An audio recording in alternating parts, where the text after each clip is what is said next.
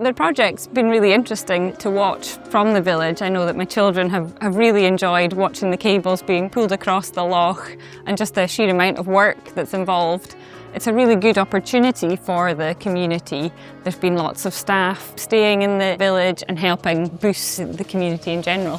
The Dornie project was the replacement of a subsea connection across Loch Long. When it came to construction, we worked with our contract partners, Mal Civils. It involved the installation of a replacement subsea cable across the loch, as well as some onshore network upgrades. 2 subsea cable drums, they were delivered via police escort. They came from Invergordon. Then once they were on site, we had a crane to offload them.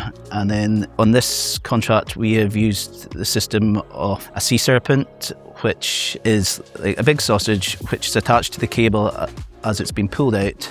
Once the cable is in the correct position on the Dornie side and the Ardell side, the sea serpent would deflate and detach from the cable, allowing the cable to drop to the seabed.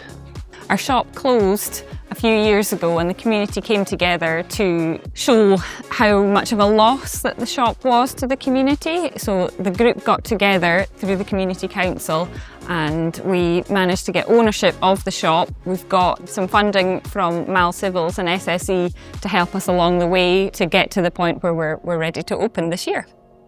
One of the neat features of the project was the use of the sea serpent floating system to float the cable across the loch. We put a kind of twist on that to get the primary school kids to draw their interpretation of a sea serpent and what it would look like on our cable. Those pictures were then packaged up into a time capsule and buried under an apple tree that was donated to the school as a kind of neat way to remember the legacy of the project. It's been great that Mal Civils and SSE have come in and done some sessions with the school because it's a really good opportunity for the children to learn about engineering and science skills and potentially see what careers that they could have in the future. It's really important with it being a rural community as well that they see that there are jobs within the community that they could possibly take up when they're older.